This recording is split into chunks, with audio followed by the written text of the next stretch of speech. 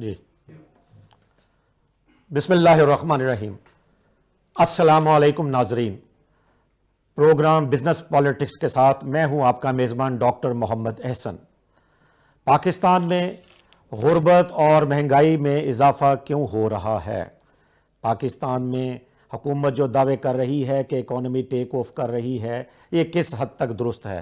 اور دوسری جانب معیشت کی ترقی کے اہداف حاصل کرنے میں کیا کیا رکاوٹیں ہیں، اس کے بارے میں سارے فورمز بات کر رہے ہیں۔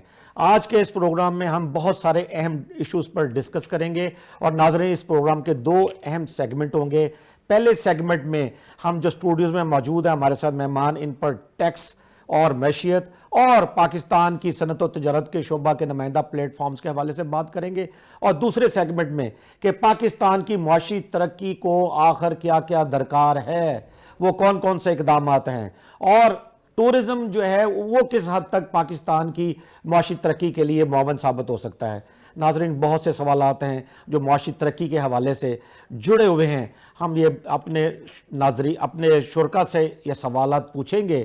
اور اسٹوڈیوز میں اس وقت مجھے جن مہمانوں نے جوائن کیا ہے وہ اپنی اپنی فیلڈ میں ٹاپ کے لوگ ہیں، بلکہ آج ہماری خوش قسمتی ہے کہ اسٹوڈیوز میں ہمیں بابائے صنعت و تجارت جناب ایس ایم نصیر ستارہ امتیاز، جسٹس آف پیس، سابق regional chairman federation of Pakistan chambers of commerce and industry, اور کراچی میں کاٹی، کورنگی اور آرٹس کونسل اور جم خانہ اور اس طرح کے 20 اداروں کے 40 سے زیادہ الیکشن لڑ کے وہ زندگی میں کبھی کوئی الیکشن بھی نہیں ہارے، اور اس کے علاوہ انہوں نے بہت ساری ایسوسییشنز جو ہیں پاکستان میں اس کی سربراہی کی، وہ یہاں پر آج تشریف رکھتے ہیں۔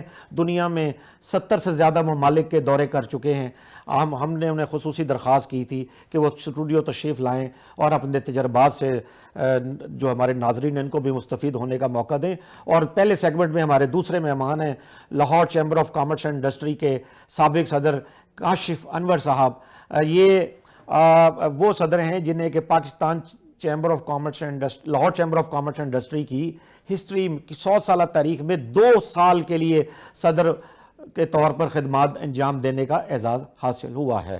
اور ان کے والد شیخ محمد آصف، وہ بھی سابق صدر Lahore chamber of commerce and industry رہ چکے ہیں، اور انہیں بابا ٹیکس کہا جاتا ہے۔ اور آج ہم اسی کا فائدہ اٹھاتے ہوئے کاشف انور صاحب سے بہت سارے ٹیکس کے حوالے سے بھی سوالات کریں گے، کیونکہ وزیر خزانہ بھی یہ بار بار کہتے ہیں کہ ٹیکس نیٹ میں ہمیں اضافہ کرنا ہے، اور لوگ ٹیکس دیں گے تو ہی پاکستان ترقی کرے گا۔ اور یہ حقیقت بھی ہے کہ اگر ہم چاہتے ہیں کہ پاکستان کی ترقی ہو تو ہمیں ٹیکس دینا پڑے گا۔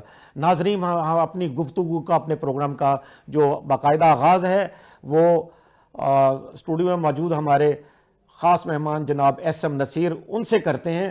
سر آپ یہ بتائیے گا کہ آپ نے اتنے انتخابات لڑے اور ہمیشہ آپ فتح یاب ہوئے، اور آپ نے ہمیشہ پاکستان کو ترقی دینے کی بات کی، پاکستان کی معیشت کو مضبوط بنانے کی بات کی۔ ہم آپ سے سننا چاہتے ہیں کہ کیا کہانی ہے یہ؟ بسم اللہ الرحمن الرحیم۔ میں ڈاکٹر صاحب آپ کا اور آپ کے ٹی وی کا بے انتہا مشکور اور شکریہ ادا کرتا ہوں۔ ڈاکٹر صاحب میں زندگی میں ایک لفظ سیکھا ہے اپنے تجربات سے اور اپنے بزرگوں سے۔ سلوگن میرا اور میرے خاندان کا یہ ہے، تعمیر وطن۔ تعمیر وطن یہ ہماری زندگی کا سرمایہ ہے۔ زندگی میں کوتاہیاں اور غلطیاں ہوتی ہیں، اور تجربات ان کو سکھاتے ہیں کہ یہ چیزیں دوبارہ نہ ہوں۔ 77 سال کی زندگی میں پاکستان کو بنے ہو گئے، ہم نے کیا سیکھا، کیا کھویا، کیا پایا، میں اس پر آج تھوڑی سی بات کروں گا۔ لیکن شروع کرنے سے پہلے تعمیر وطن کے بارے میں ایک بات یہ کہوں گا، if your eyes are positive, you will love the world.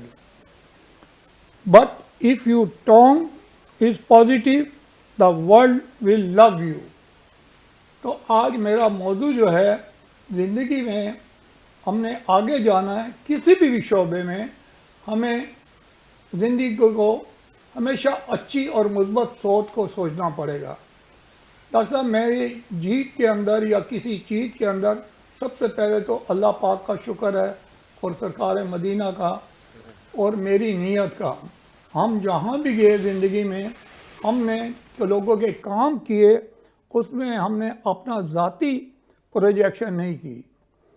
ذاتی پروجیکشن کی ضرورت ہی نہیں ہے. جب زندگی میں آپ کی ان پٹ صاف ہے تو آپ کا کردار خود ہی خود نمایاں ہو جائے گا. ڈاکٹر صاحب اس کے ساتھ میں یہ کہنا چاہتا ہوں اس ملک میں کسی چیز کی کمی نہیں ہے. لوگوں نے ڈیزرٹ کو سونے میں تبدیل کر دیا, پلیٹینیم میں بدل دیا. یہ ملک کی زمین آج بھی گولڈ مائنز ہے, پلیٹینیم ہے. دنیا کی ہر چیز ہمارے پاس موجود ہے. اصل چیز ہے گڈ گورننس اور گڈ مینجمنٹ. اس میں ہم ساری لوگوں کو بلیم نہیں کریں گے, ہم سب اس کے ذمہ دار ہیں جی. اور یہی میں کہتا ہوں کہ پہلے ہم ہر فرد یہ سوچ لے کہ ہم نے پازیٹیوٹی کرنی ہے اور ہم نے آگے کیسے جانا ہے. سب سے بڑی چیز یہ میں کہوں گا ڈاکٹر صاحب زندگی کے تجربات میں نے کیا سیکھا, اور سب سے پہلے یہ سیکھا کہ ڈاکٹر صاحب ہم بہت بڑے بڑے ہمارے گروپ کے ادارے ہیں, فیڈریشن ہے, اس کے اندر پتہ نہیں کتنے 100 چیمبرز ہوں گی, کتنے 100 ایسوسیشن ہیں. اگر آپ دیکھا جائے تو کیا 500 اداروں کے جو پرابلم ہیں آپ اگر ایک دفعہ حکومت کے پاس لے کر جائیں گے تو کیا وہ حل ہو جائیں گے؟ جی. آپ دیکھیں انڈیا کو بنے ہوئے ہمارے ساتھ ہی انڈیا بنا, ان کے اندر فیڈریشن کا کبھی الیکشن نہیں ہوا پوری انڈیا کی تاریخ میں. ہمارے ہاں آخری فرد طارق سعید اور ایس ایم منیر کے بعد ہمارے ہاں الیکشن شروع ہو گئے. جی. اسی نفسی نے ہم نے ایک دوسرے کو یعنی اپنے آپ کو پازیٹیو کرنے کے لیے ہم نے کسی کو ہرایا. ہم نہیں سمجھتے کوئی ہارتا ہے, ہم اپنے خود شکست کرتے ہیں. لیکن سر لیکن یہ دیکھیے کہ بھارت ہم سے آگے نکل گیا ہے, اس کی کیا وجہ ہو سکتی ہے؟ اس کی وجہ یہ ہے کہ ان کے پاس 7 PhD سیکرٹری جنرل ہیں. وہ کوئی وزیر خزانہ ہے, کوئی سیکرٹری فائنانس ہے, کوئی سیکرٹری انڈسٹری ہے. وہ لوگ کوئی ڈیلیگیشن لے کے گورنمنٹ کے پاس نہیں جاتے. ان کا سیکرٹری وہ جیسے ہی پرابلم آتا ہے وہ 2 لائنیں 4 لائنیں کا پرابلم آگے فائنانس منسٹر کو لکھتا ہے اور وہ 3 دن میں ان کو جواب آ جاتا ہے کہ یہ آپ کا کب ہم نے ایکسیپٹ کر لیا. سر لیکن یہ دیکھیں کہ ہماری فوج نے ان کے 7 طیارے گرائے ہیں اور مارکائے حق جو ہے بنیان مرصوص جیت کر دکھایا ہے, تو کیا معیشت بنی ہم آگے جا سکتے ہیں ان سے؟ ایسا ہماری معیشت اس ہمارے پاس جو کیپیبلٹی ہے, جو ہمارے انسانوں کی اگر آئی دیکھیں, یہ آئی آف وزڈم پوری دنیا میں کہیں نہیں ہے. یہی لوگ آج ہمارے ناسا کے چیئرمین ہیں, یہی پوری دنیا کے بڑی بڑی سائنس ٹیکنالوجی میں آپ دیکھیں گوگل, ایپل, اس کے اندر یہ سب پاکستان کے لوگ موجود ہیں. اس کی وجہ یہی ہے کہ ہمارے ہاں موقع نہیں دیا جاتا. میں آپ کو ایک بڑی اچھی مثال دیتا ہوں. ملیشیا, انڈونیشیا میں ڈاکٹر صاحب جتنے حافظ قرآن ہیں انہوں نے اس کو IT ٹیکنالوجی میں ڈال دیا ہے, اور اللہ نے ان کے حافظے کی قوت کے ساتھ اس وقت پوری دنیا کی سب سے بڑی آرگنائزیشن آرکیٹیکٹ انجینئرنگ میں ملیشیا آگے چلا گیا, انڈونیشیا آگے چلا گیا. ہم اگر ان بچوں کو ہم سب مل کے, اس میں حکومت نہیں, تمام ڈاکٹر صاحب کارپوریٹ سیکٹر, بڑے بڑے یہاں پہ بینکس موجود ہیں, اللہ پاک نے سب کو نوازا ہے. ہر پرابلم میں جو تکلیف ہے اس کو کیسے دور کیا جائے, ہمیں IT ٹیکنالوجی کے اوپر ہر جگہ بنانی چاہیے.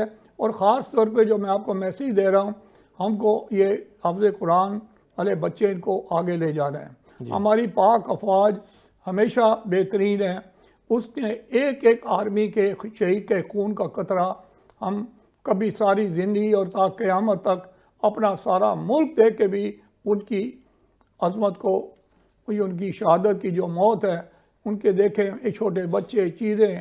ہم نے کبھی یہ نہیں کیا کہ ہم بھی جا کے کیا ان شہیدوں کے ساتھ ہم نے کبھی نماز فاتحہ پڑھی, جنازہ پڑھی. ہم سچ ایک دفعہ کریں, ہم قریب ہو کے تو دیکھیں دنیا میں. بالکل. جب آپ دنیا کے قریب ہو جاؤ گے دکھوں میں تو آپ کا یہ ملک کا ہر فرد ملت کا ستارہ ہے. ایک چھوٹی سی بات کہوں, میں آج جنرل عاصم صاحب کا مشکور ہوں, وہ فیلڈ مارشل کے اللہ نے عہدہ دیا.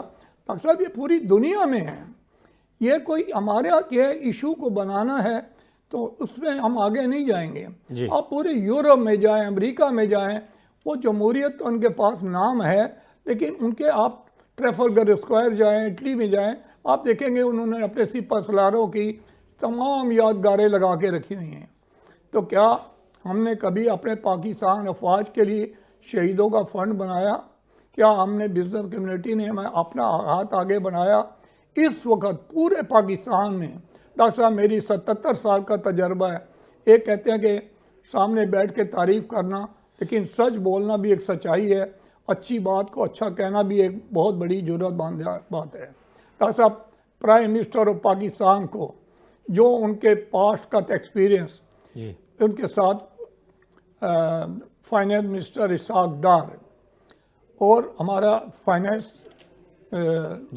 اورنگزیب صاحب ہیں فائنانس منسٹر جو ہمارے ہیں, اور ڈاکٹر صاحب میں یہاں سے کہوں گا مریم, اور ان سب کے اوپر آپ دیکھیں, مجھے نہیں پتہ یہ کس وقت سوتے ہیں کس وقت جاتے ہیں, لیکن سب کے اوپر جنرل صاحب ہر دنیا کی ٹاپ میٹنگوں میں شریک ہوئے.